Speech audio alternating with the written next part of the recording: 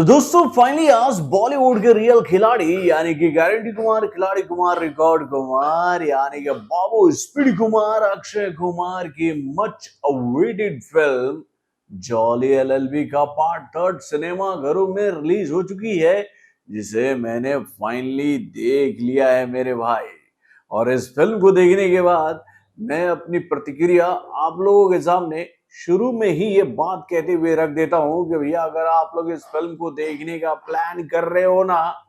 तो बस केवल प्लान ही मत करो, इस फिल्म को सीधा सिनेमा घरों में देखने के लिए पहुंच जाओ मेरे भाई। क्योंकि इस फिल्म ने वो कारनामा कर दिखाया है जिसका इंतजार भैया खिलाड़ी कुमार भी काफी दिनों से कर रहे थे कि भाई वो बॉक्स ऑफिस पर लोगों को आकर ये बात बता सके कि जो लोग उनके खिलाफ ये बात कह रहे हैं ना कि खत्म, टाटा बाय बाय, यानी कि खिलाड़ी का टाइम चला गया, भाई उनके लिए है ये जवाब। जाकर देखो खिलाड़ी कुमार ने इस फिल्म में कैसा परफॉर्मेंस किया है। तो भाई कैसी है ये फिल्म, क्या है इस फिल्म की कहानी, क्या इस फिल्म को देखने के बाद मैं ये बातें आपसे कह सकता हूं अपनी जुबानी कि भाई इस फिल्म को लेकर जो पॉजिटिव रिव्यूज पूरे इंडिया से आ रहे हैं, वो रिव्यूज में सच्चाई है कि नहीं? अबे पूरी सच्चाई है मेरे भाई। तो चलिए देरी नहीं करते और आप लोगों के सामने इस फिल्म के रिएक्शन को रखते हैं। हेलो फ्रेंड्स, मैं हूं नरेंद्र और मैं आपका एक बार फिर से स्वागत करता हूं हमारे चैनल यानी कि वायरल न्यूज जंक्शन में। तो दोस्तों, जब हम कोई फिल्म सिनेमा घरों में देखने जाते हैं तो हमारे दिमाग में क्या बात होता है कि भाई जो फिल्म हम सिनेमा घरों में देखने जा रहे हैं वो फिल्म हमारा जबरदस्त तरीके से एंटरटेनमेंट करे, उस फिल्म की कहानी बेहतरीन हो, उस फिल्म में सुनाए जा रहे जितने भी डायलॉग्स हैं वो उम्दा हो, फिल्म का स्क्रीन प्ले अच्छा हो, फिल्म का ट्रीटमेंट अच्छा हो, फिल्म में कॉमेडी बेहतरीन लेवल का हो, फिल्म में इमोशन अच्छे लेवल का हो और उस फिल्म के माध्यम से हमें एक ऐसी कहानी देखने को मिले जिससे हम थोड़ा सा प्रेरणा भी ले सके। यानी कि भैया फिल्म में ऐसे एलिमेंट्स हो जो कि हमारा एंटरटेनमेंट करे मेरे भाई। और दोस्तों, इस फिल्म को लेकर मैं आप लोगों से यही बात कहना चाहूंगा कि हाँ, इस फिल्म में वो सारे गुण हैं जो कि आप एक अच्छी फिल्म में खोजते हो मेरे भाई। यानी कि भैया क्या मूवी बनकर आई है मेरे भाई, क्या मूवी बनकर आई है। तो चलिए अब इस फिल्म के कहानी की बात करते हैं। तो देखिए, कहानी को लेकर मैं आप लोगों से ज्यादा कुछ नहीं कहूंगा क्योंकि मैं चाहूंगा कि आप इस फिल्म की कहानी को खुद सिनेमा घरों में देखने के जाओ। क्योंकि भैया इस फिल्म की कहानी जिस तरह से हम लोग के सामने रखी गई है वो हम कह सकते हैं कि दो पार्ट में है मेरे भाई। फर्स्ट पार्ट में आपको ये बात देखने को मिलेगी इस फिल्म में कि भाई इस फिल्म के दोनों जॉली यानी कि भाई अरशद वारसी और अक्षय कुमार भाई एक ही साथ एक कोर्ट में पहुंच चुके हैं। यानी कि भैया अब ये दोनों दिल्ली में आकर प्रैक्टिस कर रहे हैं और भाई इन दोनों को काफी प्रॉब्लम हो रही है अपने नाम की वजह से। यानी कि भाई इस जॉली का जो क्लाइंट है ना वो जॉली समझकर इस जॉली के पास आ जा रहा और इस जॉली का जो क्लाइंट है वो जॉली के नाम से दिग्भ्रमित होकर भाई इस जॉली के पास आ जा रहा है। यानी कि भैया इन दोनों के बीच में हमें नोक झोंक देखने को मिल रही है कि भाई तूने मेरा क्लाइंट छीन लिया, तूने मेरा क्लाइंट छीन लिया। और भाई अपने क्लाइंट्स को पकड़ कर रखने के लिए ये लोग जुगत भिड़ा रहे हैं कि भाई हमारा क्लाइंट जो है वो बहक कर नकली जॉली के पास ना चला जाए और असली जॉली ये बात कहता है कि भैया मेरा नाम सोचकर लोग नकली जॉली के पास ना आ जाए। क्योंकि भाई यहाँ पर तो एक बात हमें आप लोगों को बतानी पड़ेगी कि भैया असली जॉली तो हमारे अरशद वारसी हैं, क्योंकि भैया उन्होंने जॉली एलएलबी के इस सीरीज को शुरू किया था। तो भाई पहले तो प्रधानता उनको देनी पड़ेगी और उसके बाद भैया इस फिल्म में एंट्री हुई अक्षय कुमार की, तो भाई उनको भी प्रधानता देनी पड़ेगी क्योंकि भैया उन्होंने इस फिल्म को इस लेवल पर पहुंचाया। तो भाई इन दोनों जॉलीज के बीच में नोक झोंक हो रहा होता है कि अचानक ही एक केस आता है भाई कोर्ट में, जहां पर यह बात पता चलती है कि जानकी नाम की एक महिला भैया देश के एक बहुत बड़े बिजनेसमैन कहे तो भाई उद्योगपति हरीश भाई खेतान के खिलाफ केस लेकर आई है। यानी कि एक मुकदमा जो है वो दर्ज कराया है कि हरीश भाई खेतान ने जबरदस्ती उनकी जमीन को हथिया लिया है। यानी कि भैया साम दाम दंड भेद जो होता ना भैया उसका इस्तेमाल करके उन्होंने उनकी जमीन को हथिया लिया है और वो अपनी जमीन को वापस पाने के लिए ये केस जो है वो कोर्ट में लेकर आई है। अब यहां पर जब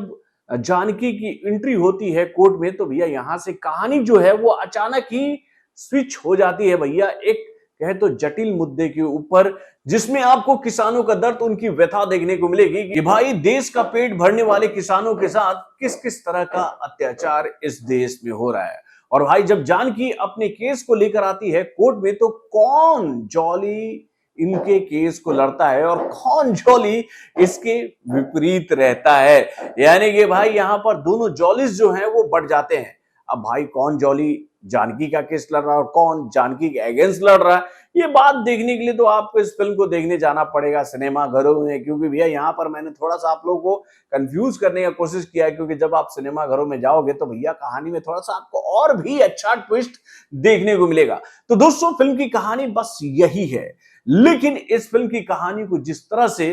तैयार किया गया है, इस फिल्म के स्क्रीन प्ले को जैसे लिखा गया है, इस फिल्म में जो डायलॉग्स हमें सुनने को मिल रहे हैं, और खास तौर पर भाई इस पूरी कहानी को जिस तरीके से तैयार करके सुभाष कपूर ने हम लोगों के सामने रखा है, उसको देखकर मैं आप लोगों से ये बात कहना चाहूंगा कि भाई ये फिल्म मास्टरपीस बन गई है मेरे भाई, मास्टरपीस। और उसके बाद भैया इस फिल्म में नजर आने वाले सभी कलाकारों का काम मेरे भाई, उनके रोल्स को आप देखकर भाई हिल कर रह जाओगे मेरे भाई, हिल कर रह जाओगे। यानी कि भैया इस फिल्म में ऐसा कोई भी कलाकार नहीं है जिसको देखकर हम आपसे ये बात कहें कि भैया इस कलाकार ने इस फिल्म में रोल अच्छा नहीं किया है, यानी कि इसका काम थोड़ा सा मुझे वीक लग रहा है, इसकी वजह से ये फिल्म जो है वो ड्रैग कर रही है। ऐसा कोई भी किरदार आपको इस फिल्म में देखने को नहीं मिलेगा। चाहे हम बात करें भैया अक्षय कुमार की, जो कि भैया कानपुर वाले जॉली साहब हैं, तो वहीं पर अगर हम लोग बात करें भैया अरशद वारसी की, जो कि भैया मेरठ वाले जॉली हैं,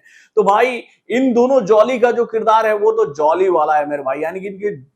किरदार को देखकर आप जॉली मूड में आ जाओगे मेरे। और खास तौर पर अक्षय कुमार के रोल को देखकर मैं आप लोगों से ये बात कहना चाहूंगा कि भाई अक्षय कुमार ने इस फिल्म में जो काम किया है ना, उन्होंने ये बात बता दिया है मेरे भाई कि उनको जो लोग हल्के में ले रहे हैं ना, वो बच्चे हैं। अभी वो खिलाड़ी के बारे में ढंग से जानते ही नहीं है कि जब खिलाड़ी मूड में होता है ना, तो अच्छे अच्छों की ले लेता है मेरे भाई। और खिलाड़ी ने जो काम किया है ना इस फिल्म में, यानी कि अक्षय कुमार ने जो खेल किया है अपने बेहतरीन परफॉर्मेंस के माध्यम से, उसको देखकर तो आप ये बात कहोगे हाँ मजा आ गया। और उसके बाद भाई अरशद वारसी तो अपने पूरे स्वैग में है मेरे भाई, उन्होंने जो रोल किया है वो बहुत ही बेहतरीन है। लेकिन भाई इन दोनों के पापा तो बनकर एक बार फिर से नजर आए मेरे भाई हमारे जज साहब, यानी कि भैया सौरभ शुक्ला ने जो अकेले परफॉर्मेंस किया है ना इस फिल्म में, भाई दोनों जॉली को एक तरफ टांग दो और बीच में